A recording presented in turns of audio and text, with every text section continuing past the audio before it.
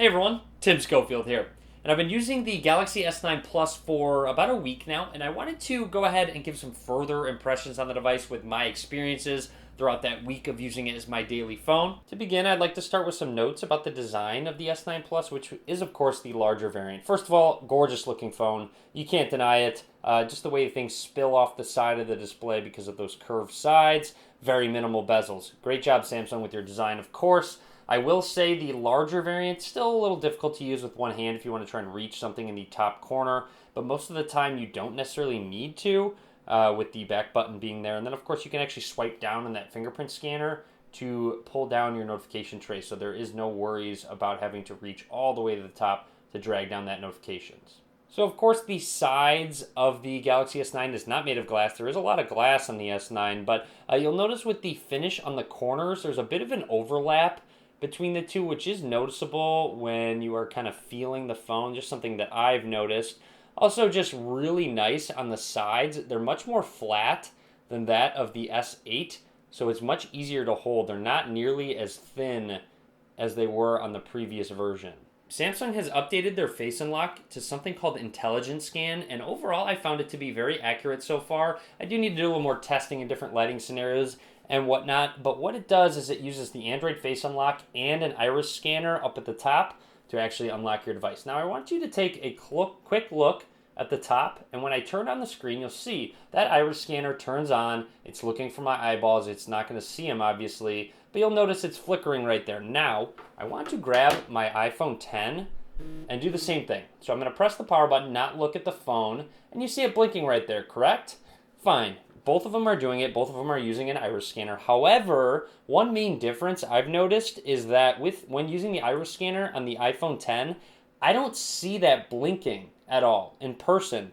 However, I will say on the Galaxy S9 Plus, what you're seeing on the camera is what your naked eye actually sees. So for whatever reason, what you're seeing on camera is not accurate on the iPhone 10. The camera picks it up, but your eye does not pick up this blinking. However, on the Galaxy S9 and S9 Plus, the infrared is there, which is actually a little annoying every time you turn it on because it's just kind of flashing this gaudy red light right there and you're looking right at it. It's just a little annoying. It's something that's strange that it actually shows up. That fingerprint scanner is in a perfect location. It's been very quick, very snappy. Now, in terms of the side volume rockers, I find that I accidentally press the Bigsby button and thinking it's volume down. Since it's the Plus version, I have to adjust my middle finger up a little bit to hit that volume down, and then if I want to go all the way up, I really have to adjust my hand. So I wish the volume buttons were kind of flip-flop with Bigsby, because I find that I'm accidentally hitting the Bigsby button way too much. And in terms of Bigsby, I'm going to press the button. You'll see it's loading up, and you'll see it's the startup screen. I haven't even set up Bigsby yet because I don't need it. I'm not really going to use it. I'm not sure why Samsung's really pushing it. There's really no benefit to me using it when I can just press and hold the home button and activate the Google Assistant.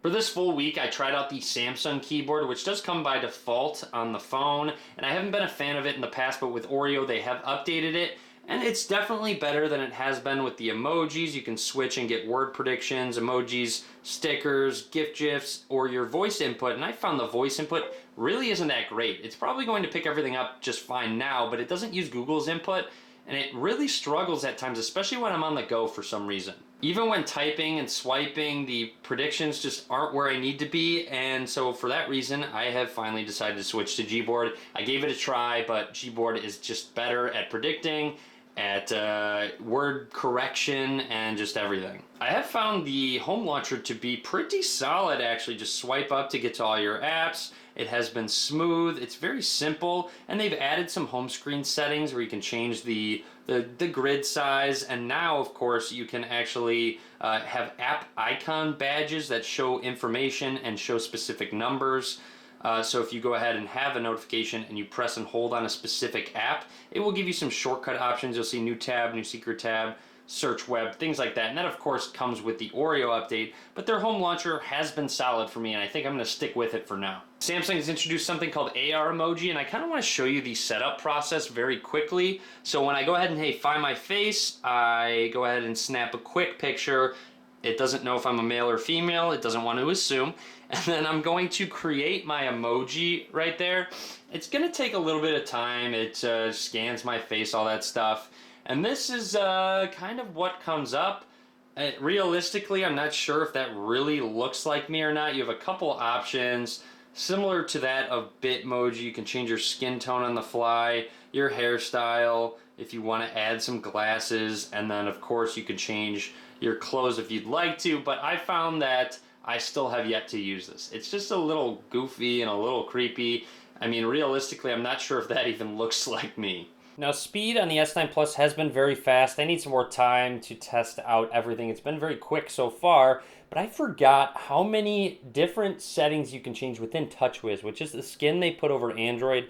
There's just so many things they add that I'm constantly realizing I can edit them. So it's just like almost a project going into the settings of these phones and seeing all the different things that they've added. It's almost overwhelming, and I wish they would get rid of some of them, to be honest, but some of them I know a lot of people like, some of them people don't even look at or use. Definitely worth noting, out of the box, it's defaulted at 1080p resolution, and if you want to utilize that full resolution, you have to manually bump it up yourself, and then it switches over for you. As usual, you can change the navigation bars down at the bottom, and you can change the pressure level of the home button, which from lighter to stronger. So when you actually hard press on it, it's a separate button, more of like a home button if you're in full screen, things like that. You can change the color background of the navigation bar, change your button layout, and then you can have an unlock with home button. So for example, if my phone's just sitting on my desk and I want to turn on the display, I don't have to necessarily press that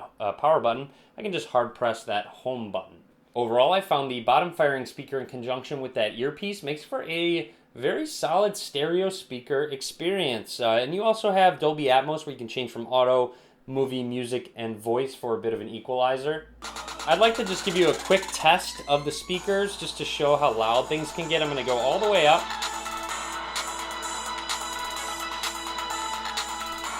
It sounds very good. It's hard to do over a microphone itself, but definitely have no issues or trouble whatsoever getting this loud enough when I listen to music. Anyways, that's about it for now. I'll talk more about battery life and, of course, that dual camera on the back when I get a little bit more time. I need to do just a little bit more testing.